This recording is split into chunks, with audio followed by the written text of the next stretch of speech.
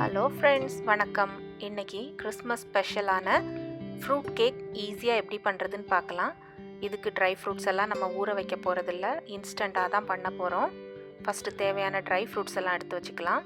1 cup அளவுக்கு கருப்பு உலர் திராட்சை, 1/2 கப் அளவுக்கு கோல்டன் கலர் உலர் திராட்சை, அப்புறமா 1 கப் அளவுக்கு பதப்படுத்திய செர்ரிஸ் டிஃப்ரெண்ட் கலரில் எடுத்திருக்கேன். அதோட ஒரு 1/4 கப் அளவுக்கு டூட்டி ஃப்ரூட்டி, முந்திரி, பாதாம், வால்நட் 3ஐயும் கலந்து ஒரு 1/2 கப் அளவுக்கு எடுத்துக்கிறேன். இதோட டேட்ஸ் மற்றும் வேறு ட்ரை ஃப்ரூட்ஸும் நீங்கள் சேர்த்துக்கலாம். எதுவுமே இல்லை அப்படின்னாலும் 2 கப் ரைசின்ஸ் மட்டுமே வச்சு பண்ணலாம். அப்புறமா 1 இன்ச் அளவுக்கு பட்டை, 10-12 கிராம்பு, 3-5 ஏலக்காய், 1 துண்டளவுக்கு சுக்கு எல்லாத்தையும் நல்லா பொடி பண்ணி வச்சுக்கணும். இதை சுகரோடு சேர்த்து பொடி பண்ணால் ஈஸியாக பொடி ஆயிரும். நாம் 1 கப் அளவுக்கு சுகர் யூஸ் பண்ண போகிறோம். அப்புறமா ஒரு பேன் எடுத்து அந்த பேனில் எல்லா ட்ரை ஃப்ரூட்ஸையும் உள்ளே சேர்த்துக்க வேண்டியதான். நான் செர்ரிஸையும் நட்ஸையும் கட் பண்ணி சேர்க்குறேன். இப்படி கட் பண்ணாமல் முழுசாகவும் சேர்த்துக்கலாம். செர்ரிஸை 2ஆவோ 3ஆவோ கட் பண்ணி சேர்த்துக்கலாம்.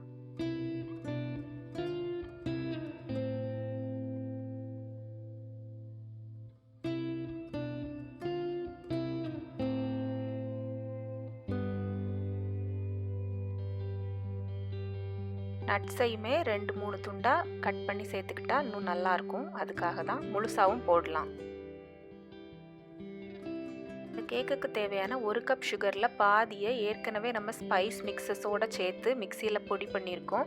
அந்த சுகர் அப்புறமா மிச்சம் இருக்கிற சுகர் எல்லாத்தையும் சேர்த்து 1 கப் அளவு தண்ணி விட்டு நல்லா கலந்துக்கலாம். அதோட ஒரு 1/2 டீஸ்பூன் அளவுக்கு உப்பு, ஒரு 1/4 கப் அளவுக்கு வெண்ணெய் சேர்த்து இதை கொதிக்க விடுங்க.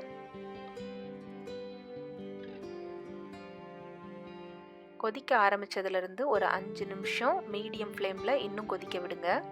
இதை அப்பப்போ கிளறி விட்டுக்கணும். 5 நிமிஷம் ஆனதும் ஸ்டவ்வை ஆஃப் பண்ணிட்டு இதை அப்படியே ஆற விட்டுடலாம். இது நல்லா ஆறி ரூம் டெம்பரேச்சர் அளவுக்கு வரணும். அதுக்கப்புறமா நாம் அவனை ப்ரீஹீட் பண்ணி வச்சிடலாம். ஒரு 1/2 கப் அளவுக்கு மைதாவோட 1 டீஸ்பூன் அளவுக்கு பேக்கிங் பவுடர் சேர்த்து நல்லா மிக்ஸ் பண்ணி வச்சுக்கிறோம். அப்புறமா 2 முட்டை எடுத்து அதை நல்லா அடித்து வச்சுக்கணும். முட்டை கூலாக இருக்கக்கூடாது, ரூம் டெம்பரேச்சரில் இருக்கணும்.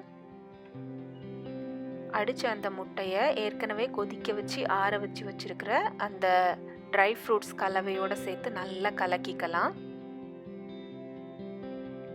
இதோட ஏற்கனவே நம்ம கலந்து வச்சுருக்கிற அந்த மைதா பேக்கிங் பவுடர் கலவை இருக்கு இல்லையா, அதை கொஞ்சம் கொஞ்சமாக சேர்த்து நல்லா கலந்துக்கலாம்.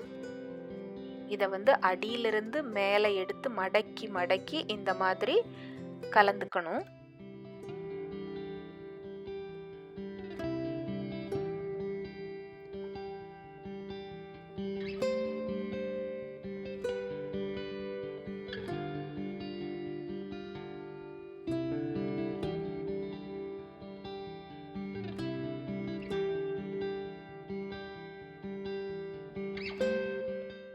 மைதா, முட்டை, அப்புறமா அந்த ட்ரை ஃப்ரூட்ஸ் கலவை எல்லாத்தையும் நல்லா கலந்ததுக்கப்புறமா ஒரு பேக்கிங் பேன் எடுத்து அதில் பட்டர் தடவி அதில் இந்த மிக்ஸை கொட்டிடலாம். அப்புறமா அதை லைட்டாக சமப்படுத்தி விட்டுடலாம். ஏர் பபிள்ஸ் போகிறதுக்காக 2 தட்டு தட்டி அதுக்கப்புறமா அதை 325 டிகிரி ஃபாரன்ஹீட்டில் 60-70 நிமிஷம் பேக் பண்ணணும். எனக்கு 60 நிமிஷம் ஆயிருக்கு. அப்புறமா அதை 15 நிமிஷம் கூல் பண்ண விட்டுட்டு ஒரு வயர் ரேக்கில் மாற்றி எடுத்துடலாம். இது நல்லா ஆறட்டும்.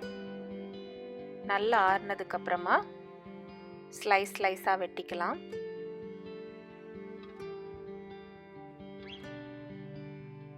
கேக் ரொம்ப நல்லா வந்திருக்கு. எந்த ட்ரை ஃப்ரூட்ஸுமே அடியில் மொத்தமாக செட்டில் ஆகலை. நார்மலாக ஊற வச்சு பண்ணுற அந்த ட்ரெடிஷ்னல் கேக் எவ்வளோ டேஸ்ட்டாக இருக்குமோ அதே அளவுக்கு இதுவும் டேஸ்ட்டாக இருக்கும். இந்த வீடியோ உங்களுக்கு பிடிச்சிருந்ததுன்னா லைக் பண்ணுங்கள், ஷேர் பண்ணுங்கள், சப்ஸ்கிரைப் பண்ணுங்கள். நன்றி.